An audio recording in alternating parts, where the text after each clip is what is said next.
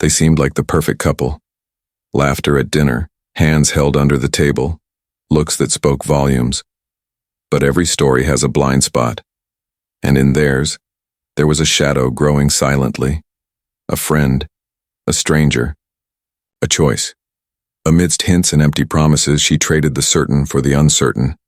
And now everything they had built is ready to crumble. What happens when freedom becomes a prison? When love is hurt, can it still be saved? Great. California, 1974. In the quiet neighborhood of Fairview, Sundays smelled of cornbread, scratched vinyl, and neighbors watered their gardens with coiled hoses. The golden light of the late afternoon filtered through the blinds of the Bennett house, reflecting on the polished wooden sideboard. It was the kind of scene that would belong in a storefront, too perfect to be real. Vivian Bennett smiled the same smile she had worn for years. Discreet, warm, practiced. She walked beside Joel, their steps in sync on the sidewalk that led from the Methodist church to the small beige house with green shutters.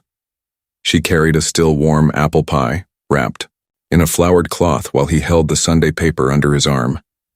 That was Pastor Lewis's best sermon in months, Joel commented, making conversation. Vivian nodded without taking her eyes off the gate.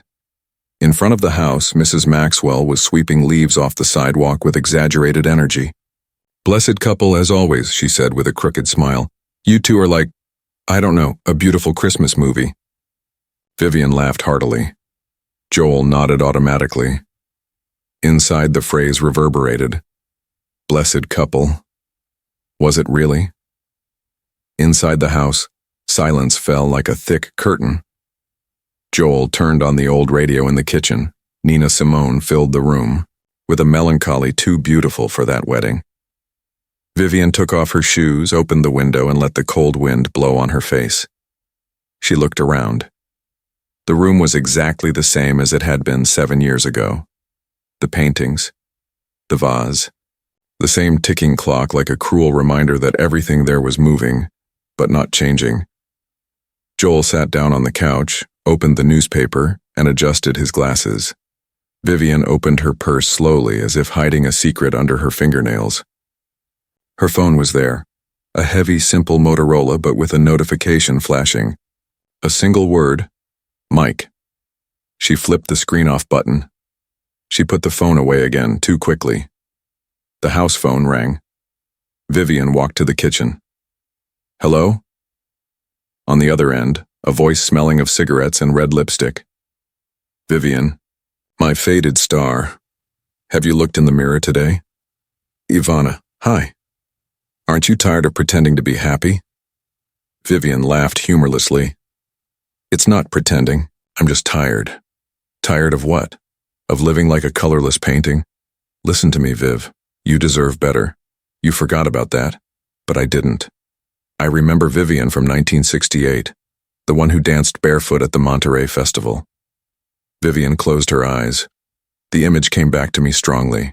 Dirt floor, loud music, and Joel kissing her forehead. It was another time. She hung up without answering, and she stayed there, still, listening to the radio in the living room. Nina was still singing. Joel came into the kitchen. "Is everything okay?" Vivian said. "I just need to go out for a while, clear my head." He agreed, returning to the couch as if watching the end of something without knowing what ended. Vivian went upstairs. She put on a light dress, soft lipstick, and when she left the house, she took her cell phone in her pocket. The message was still there. "Mike, I thought about you today. What would it be like to see you again?" She didn't answer. Not yet. But that Sunday afternoon, while the city breathed tranquility, Vivian's heart took its first steps towards something that not even she could contain. And it all started with silence. The bookstore was built in the old town of Riverside, a corner house with dusty stained glass windows and the smell of old paper. Vivian hadn't been inside for years, but that afternoon, her feet guided her as if they knew the way before her mind had decided. Mike was already there. Shirt folded at the elbows, hair combed carelessly, He was leafing through a blue-covered book when he saw her enter. His smile was immediate and disarming. "I thought you wouldn't come." "I thought you wouldn't either," Vivian replied with a half-smile. They walked through the aisles like two shadows that recognized each other without saying anything. They talked about books, music, politics. Nothing deep, but with a dangerous lightness. Mike knew how to listen, and I knew how to smile at just the right moment. "You look tired," he commented. "Maybe I'm just forgetful about myself." He didn't answer. I just looked at her as if he understood without judging. When they said goodbye, he didn't try to touch her hand or ask for more. He just said, "You still carry light even if you can't see it." Vivian left with a book in her hands and a warmth in her chest that didn't come from Riverside. That night, Ivana spoke. "So, did you?" "Did you?" Vivian replied, lying in bed with the lights off. "And?" "He's different." I listened. "Different from who? Joel?" Ivana laughed sarcastically. "Honey, even a street lamp would listen more than Joel. He lives in his own world. You live in his emptiness." Vivian remained silent. "Listen to me, Viv. Do you think fidelity is the same as love? How many times has he looked into your eyes this month? Did you see that you cut your hair? Ivana, I'm not going to tell you to cheat. I'm telling you to remind you that you exist." The line went dead for a few seconds, then the sound of a click. Ivana hung up without waiting for an answer. Joel was in the kitchen. I tried to prepare something simple: macaroni and cheese. He cut the cheese into cubes, slowly, distractedly. Vivian came in. "Are you cooking?" "Trying," he said, smiling. "Do you need help?" "Only if you want to." She nodded, but stood still, watching. Joel kept cutting. "You're different," he said without looking up. "Different? How?" "Quieter, thoughtful." Vivian shrugged. "Maybe I'm just so tired." Silence. At the dinner table, they ate in silence. Joel watched her more than he ate. She looked at her watch. She tapped her fingers on the plate. It was there, but it wasn't. As if her body had stayed, but her heart had left through that bookstore door and hadn't come back yet. After dinner, Vivian went to her room. Joel stayed in the living room listening to the radio. Once again, Nina Simone, as if the device was also stuck on playback. Upstairs, Vivian lay down and turned on her cell phone. "Mike. I wish this afternoon had lasted longer." She smiled, a small, restrained smile, but genuine. Joel went upstairs slowly. He stopped at the bedroom door, saw the blue light of the cell phone illuminating her face. She laughed softly, her eyes fixed on the screen. And for a second, he saw something he didn't know. It wasn't anger or sadness. It was absence. He didn't say anything. I went in, took off my shoes and lay down facing the opposite side. But he didn't sleep. He wanted to hear the echo of the silence between them. And that smile, that damned smile that wasn't meant for him. The rain came late Wednesday morning, as if the sky was ashamed to fall. Vivian put on lipstick looking at herself in the living room mirror, even though she was already ready. It was the third touch-up. Joel, sitting at the table with a cup of coffee in his hands, watched in silence. "Are you going out again?" he said, his voice low, almost as if he were asking himself. Vivian adjusted the strap of her bag and answered with rehearsed ease, "You'll find Ivana. She wants to talk about her stuff." Joel nodded, but his eyes didn't leave her face. "You've been going out a lot lately?" She hesitated for half a second, then forced a smile. "It's just a phase." She left, leaving a trail of perfume in the air. Joel looked at the closed door and for the first time felt an emptiness spread in his chest like cold water. She's far away, he thought, even though she's here. Vivian didn't go to find Ivana.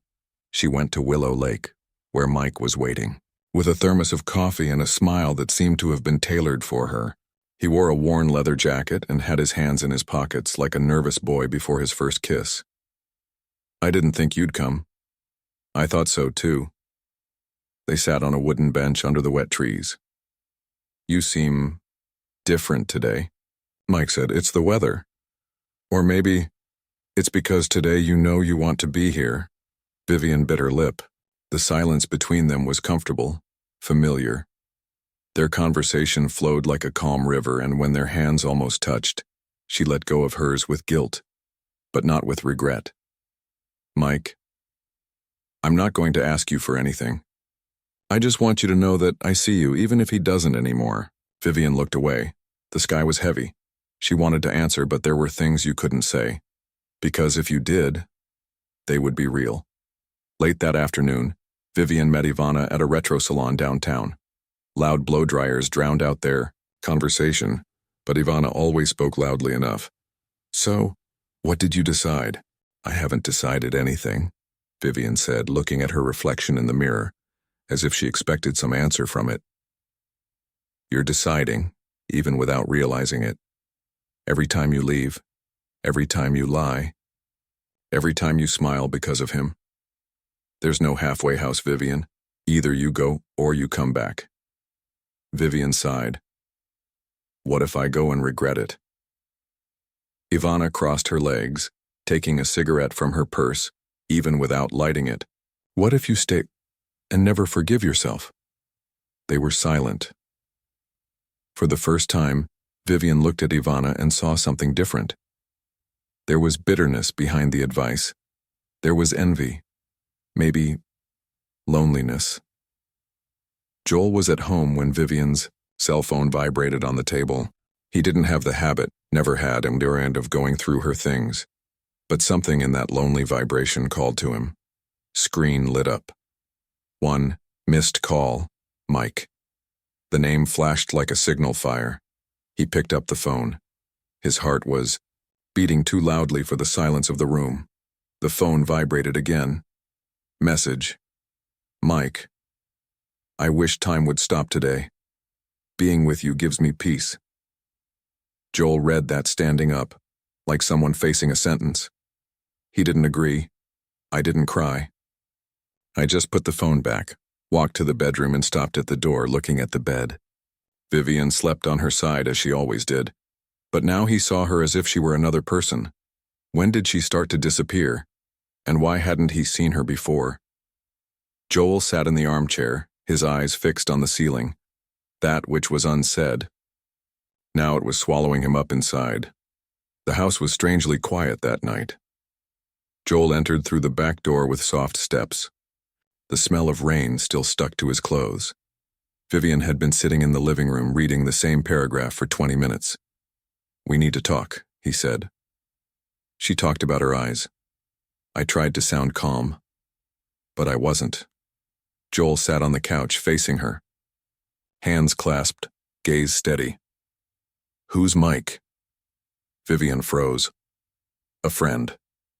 A friend who writes you messages saying that being with you brings peace?" The silence that formed there was dense, cutting. "Did you go through my phone?" "I saw the screen lit up. I didn't look for anything, it fell into my lap, like the truth always does one day." Vivian took a deep breath. Guilt tightened her ribs like a dress that was too tight. I didn't do anything." "Not physically, maybe. But you're not here anymore, Vivian. And I'm tired of pretending not to see." She wanted to be a defender. She wanted to cry, scream, blame the routine, blame him. But she said nothing, because everything would sound too fragile before that clean pain that Joel exuded. "If you've already chosen," he continues, "just let me know, but spare me the cowardice." He clamored, walked past her, and went up the stairs. Each step he took felt like a nail in the floor of the house that was now starting to crack from the inside. Vivian was behind Mike. I didn't think much. I just had it. He was welcomed into a small apartment, filled with modern paintings and scattered vinyl records. Marvin Gaye music echoed through the room. "You look beautiful," he said as always. She didn't answer. She sat on the couch, her shoulders hunched. "Does he know?" "He knows something. Not everything." Mike chuckled softly. "Well, I didn't find anything wrong, right?" Vivian looked. For the first time, I saw something in him that I hadn't noticed before. Vanity. A certain pleasure in being the forbidden one, the man who makes the married woman tremble. "Are you important?" she asked. "With?" "Come on, or just with the game," Mike declared, reaching for a glass of water. "I like you, Vivian. I like the way you make me feel. But I'm not here to renew your life." She swallowed hard. And suddenly, she felt alone. Even there, with him. Maybe she had never stopped being alone. Hours later, Vivian found Ivana in a closed cafe on the edge of town. "Does he confront you?" "Yes." "And did you cry?" Vivian frowned. "Why do you think I would cry?" "Because you're still stuck in this useless guilt." "Vivian, listen, you've spent your life taking care of everyone else's feelings. Now it's time to take care of yours." "I don't know if it's that simple." Ivana smiled, but her gaze was hard. "Yes, it is. You only need yourself. And me." Vivian under her eyes.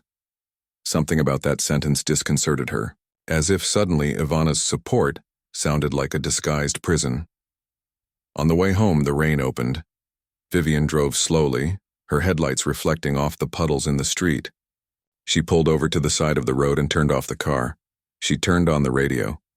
An old song filled the silence. She looked in the rearview mirror. Her makeup was still intact. But her eyes, for the first time, they no longer knew who she was.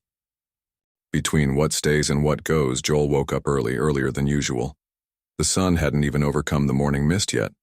He walked past Vivian sleeping, and for the first time in weeks, he looked at her as if he were saying goodbye.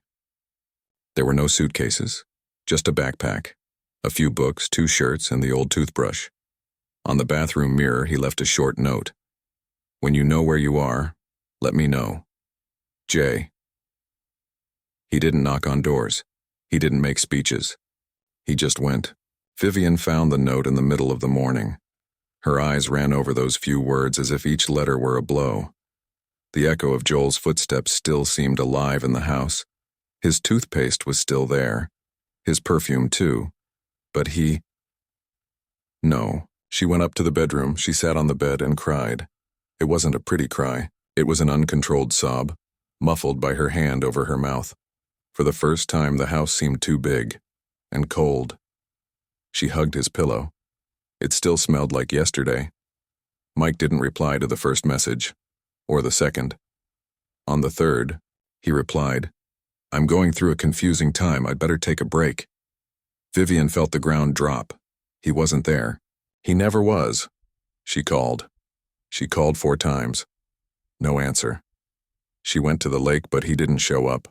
Mike disappeared like vapor, as do those who never really wanted to be together. That night, Vivian called Ivana. She asked them to meet up. Her friend showed up as usual, with thick lipstick, high heels, and an air of misplaced superiority. "You were right," Vivian said, "but not in the way I thought." Ivana lit a cigarette. "Now that he's gone, you can breathe." Vivian looked at her. "He left because I stopped fighting for us.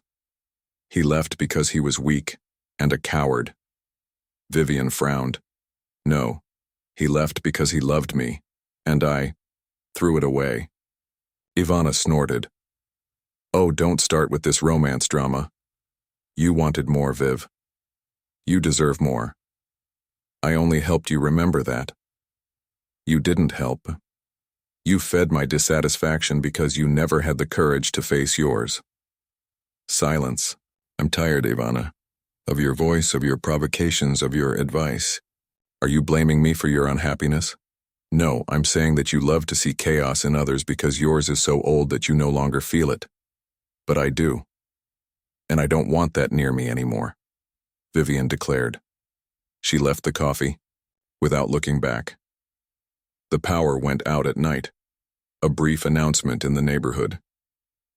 Vivian lit a candle. The house, in silence, seemed less cruel under that flickering flame. She sat on the couch. She closed her eyes. For the first time, the silence felt like peace. Not because everything was okay, but because now she knew. It was time to start over. The sound of the old workshop bell rang when Joel pushed open the door. The smell of grease and strong coffee enveloped him like an old blanket. Behind the counter, Bill, 70-something, white beard, hands marked by life, gazed his eyes and invited him without his front teeth. "I thought you had disappeared, young man." Joel smiled at the corner of his mouth. "I think I really did." They sat in the back, where the coffee was weak and the advice strong. "So," Bill said, "are you running away or looking for her?" Joel took a deep breath. "She left me before I left home." Bill nodded slowly, unhurriedly. "Do you love her?" "I do, but I don't know if I can forget." Bill shook his head. "Forgetting isn't the point. It's like trying to put out a fire with the wind. What you need to think about is, does this love still have roots? Because if it does, even if it's burned from the top, it will grow back." Joel was silent, thinking, feeling. Forgiving isn't saying it didn't hurt, Joel. It's saying the pain won't rule me anymore. Vivian spent the day at home, cleaning. She washed the kitchen floor on her knees as if she wanted to remove more of that dirt. She threw away dried flowers, specks from drawers, and took the pictures off the wall. At the back of the closet, I found a blue-covered book. Inside it, folded like a secret, was a letter. It was from Joel, written 5 years ago on their wedding anniversary. "If one day you forget what brought us here, reread this. It was your smile on the church pew. It was your courage. It was your silence that made me hear what I didn't know inside me." Tears fell without her realizing it. There, in that moment, she knew. There was still love. But now he wants to be born again. Vivian sat down at the kitchen table. She picked up paper and pen. She wrote slowly. "I don't have any answers, Joel, but I do want to. If one day you want to come home, I'll be here. This time, whole." She folded the paper. She put it inside the same book. She still didn't know if she would give it to him, but it was a start. At the boarding house where Joel was staying, he opened an old toolbox. Inside, a photo. Vivian with her face dirty with paint, laughing, brushing it. Behind her, him, dirty too, and in love. He smiled lightly, the first real smile in weeks. Something in him said, the story isn't over yet. Vivian looked out the office window. The therapist, a woman with a calm voice and direct gaze, was waiting. The clock ticked in an almost gentle rhythm. "I destroyed something that was good," Vivian said finally. "And now I'm trying to find out if I'm capable of rebuilding something." A therapist said nothing for a moment. Then only, "Sometimes what you rebuild isn't what was there before. It's something new, more honest." Vivian nodded. For the first time, I felt that I was, in fact, present. Back at home, I took the pair of rings out of the drawer. She ran her fingers over the cold gold. "Don't put them on your finger, just as a hold," as if she heard in them echoes of old vows. Then I picked up the book where I had kept the note. He placed it on the table in the living room, open, as if he didn't expect it, but allowed it. Joel arrived late in the afternoon. The cloudy sky seemed to hold its breath along with them. "I came to get some things," he said from the doorway. "Sure. Make yourself at home," Vivian replied with a brief smile. The silence between them was thick but not hostile. While he was putting away some books and a forgotten shirt, she was in the kitchen, stirring a pan without hunger. Joel walked through the living room. He stopped in front of the open book. He read a dedication. "If you ever want to come home, I'll be here. This time, in one piece." I stood there for several seconds. He closed the book slowly, as if holding something fragile. Vivian appeared in the doorway of the living room. I didn't write expecting an answer, she said. I just wanted you to comment. Joel looked at her. For the first time in weeks, his eyes turned to me and didn't look away. Thank you for telling me. He picked up the book and left. But before he closed the door, he looked back and smiled. It wasn't a smile of return. I'm not sure. But it was a smile of someone who, for the first time, is considering going back. Joel opened a wooden box in the back of the guest house closet. There were the engagement letters, the faded photos of their honeymoon in Maine, and a napkin with Vivian's lipstick on it. From the day she said yes, without hesitation. He held the photo of her laughing, with her feet in the water and her hair blowing in the wind. He remembered the day when in the middle of a storm she let him go and said, "Let's go for a run. You can't run from the rain, but you can dance in it." Joel sent it with teary eyes. What happened to that lightness? To that we? Vivian was painting on the living room wall. Alone, her hair tied up, her hands dirty with white paint. The old radio played an instrumental version of Stand By Me softly. She breathed differently, no longer anxious, just present. Then she took care of the garden. She pruned it like roses. She planted lavender. When she got home, she washed her hands, looked at her reflection in the living room mirror, and for the first time saw a woman who no longer wanted to run away from herself. The letter was written calmly. Joel, I don't know if this letter will reach you at the right time. Maybe there is no right time. But I want you to know that I am changing, not because of regret, but because I finally understood who I have become. I destroyed something I loved because I lost myself inside myself, and you were strong enough not to try to hold me back. That, in itself, is love.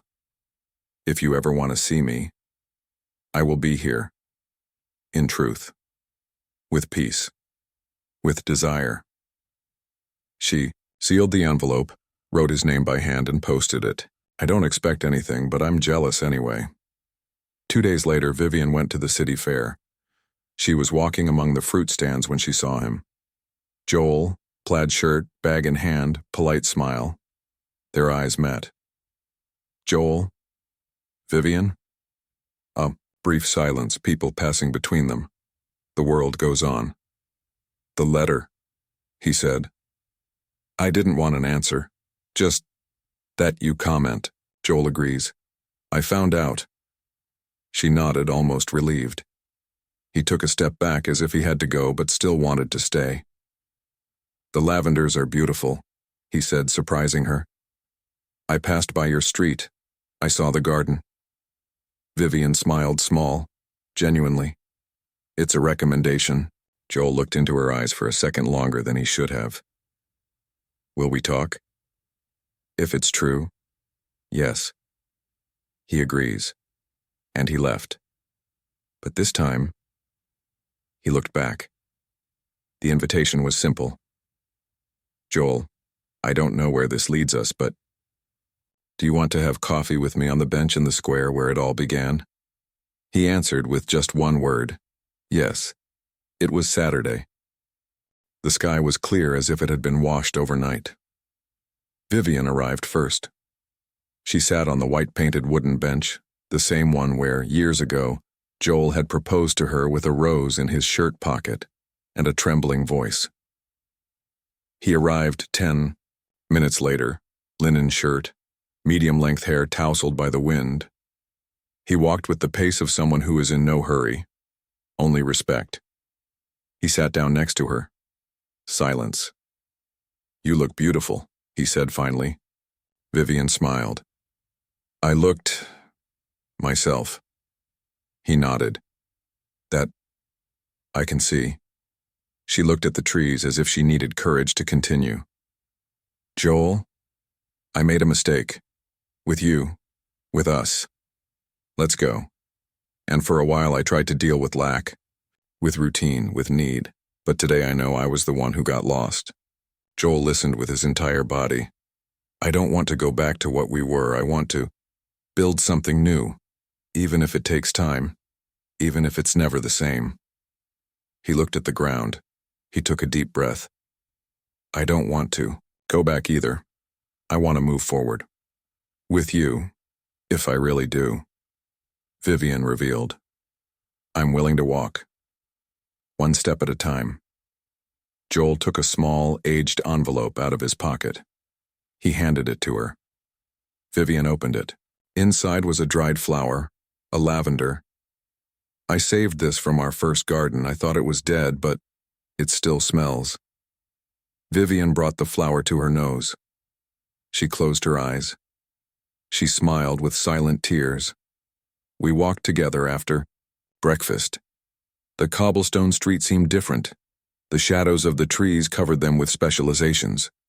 For a moment our hands almost touched, but they didn't. And that was enough, because now it wasn't about rushing anymore. It was about truth. Our morning smelled of freshly brewed coffee again. Vivian left notes on the refrigerator door with little verses or sweet reminders. Joel read them, smiled, and responded with arrows and silly drawings. On Tuesdays, I'm doing therapy together. On Fridays, they cooked while listening to the same old vinyl records. There were still silences, but now there were spaces to breathe, not holes to escape to. Vivian laughed with her eyes again. Joel rested his forehead against hers again before going to sleep. That Sunday, we gathered some friends in the garden.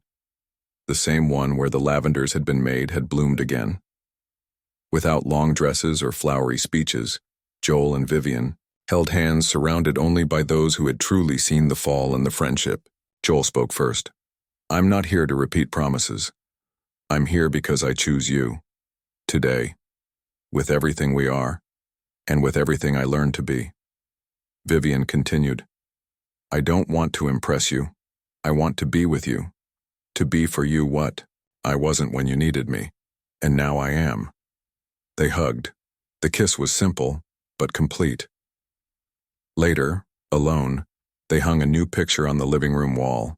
It wasn't an old photo. It was a light wooden frame with a dried flower in the center. Lavender, the same one from the letter, the same one that resisted. Vivian looked at the painting and then at Joel.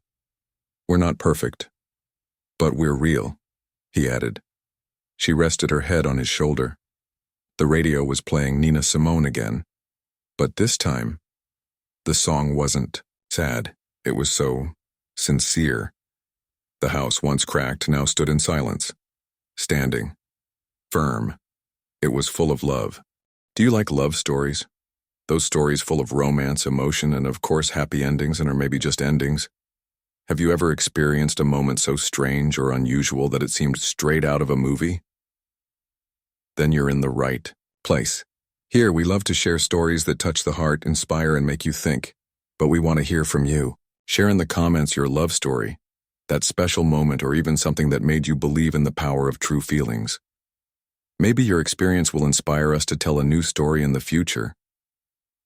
Imagine seeing your story transformed into a tale that can move other people around the world. And if you liked this video, don't forget to leave a like. This not only motivates me, but also shows me that sharing these experiences makes a difference. After all, together we can create a space full of love, empathy, and good stories.